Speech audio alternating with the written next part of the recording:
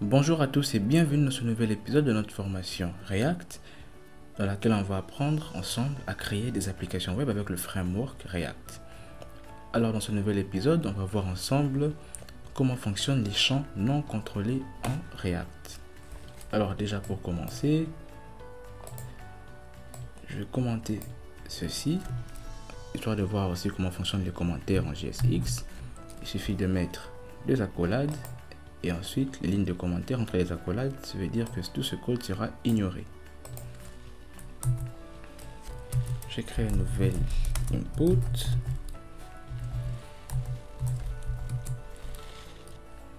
Et là, au lieu de mettre val, on va plutôt mettre ref. Et je vais devoir lui passer une fonction. Dans l'argument unique sera ref, qui sera une référence à l'élément React sur lequel nous sommes en quelque sorte. Et je peux assigner cela à une propriété de notre classe afin que l'on puisse accéder à ça en dehors de cette fonction. Je vais faire 10.référence sera égal à ref. Alors, comme c'est une fonction fléchée et que je n'ai qu'un seul argument, je peux enlever les parenthèses. Alors maintenant, supposons que je vais avoir la valeur de ce champ.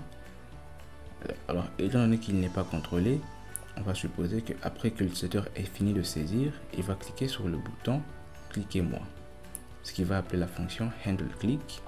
Alors, pour éviter qu'on ait des problèmes encore avec le this, je vais déjà la transformer en fonction fléchée, comme ceci. Et cette fois, à côté de clic réussi, je vais afficher 10.référence.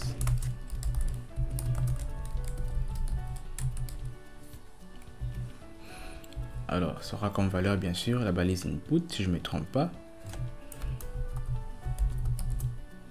Et juste en dessous, je vais afficher autre chose, qui est la valeur du champ.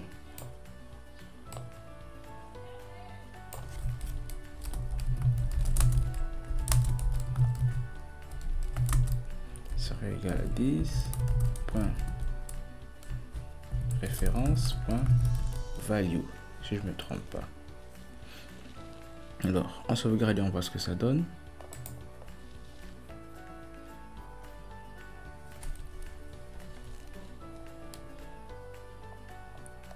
Je vais entrer Julien.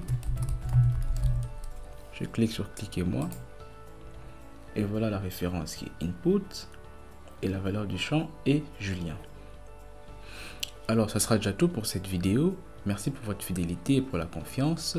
Dans la prochaine vidéo, on va voir ensemble qu'est-ce que sont les prop types et comment les utiliser. D'ici là, portez-vous bien, likez la vidéo si vous l'avez aimé, partagez-la autour de vous, laissez-moi des commentaires si vous en avez et abonnez-vous à la chaîne si ce n'est pas encore fait. Peace.